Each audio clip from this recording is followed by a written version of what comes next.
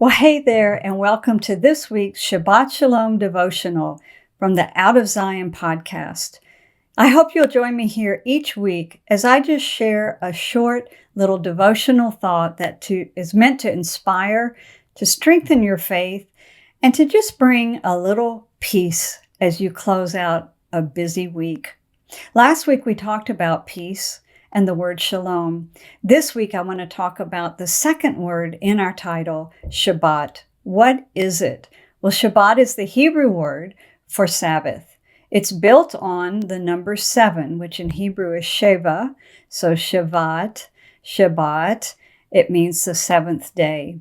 And because God created the world in 6 days and rested on the seventh, the Shabbat has become to be associated with rest and to cease activity as the meaning of the word.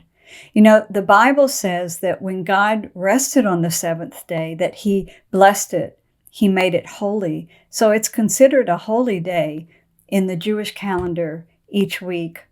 So I told you last week, Israelis greet you by saying shalom.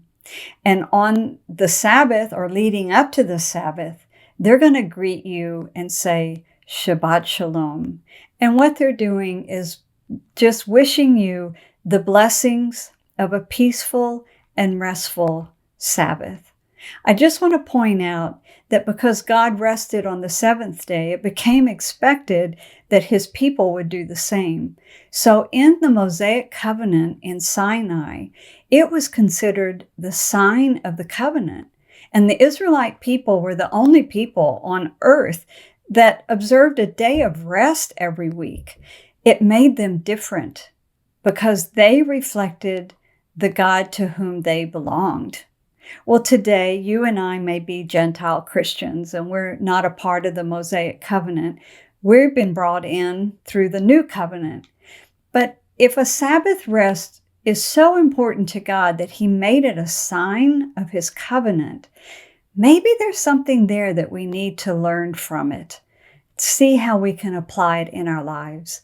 So as your busy week comes to an end, ponder the blessings of just taking some time each week to spend time with the Lord, to rest in his presence, to get to know him better so that you can reflect his image to the broken world all around you.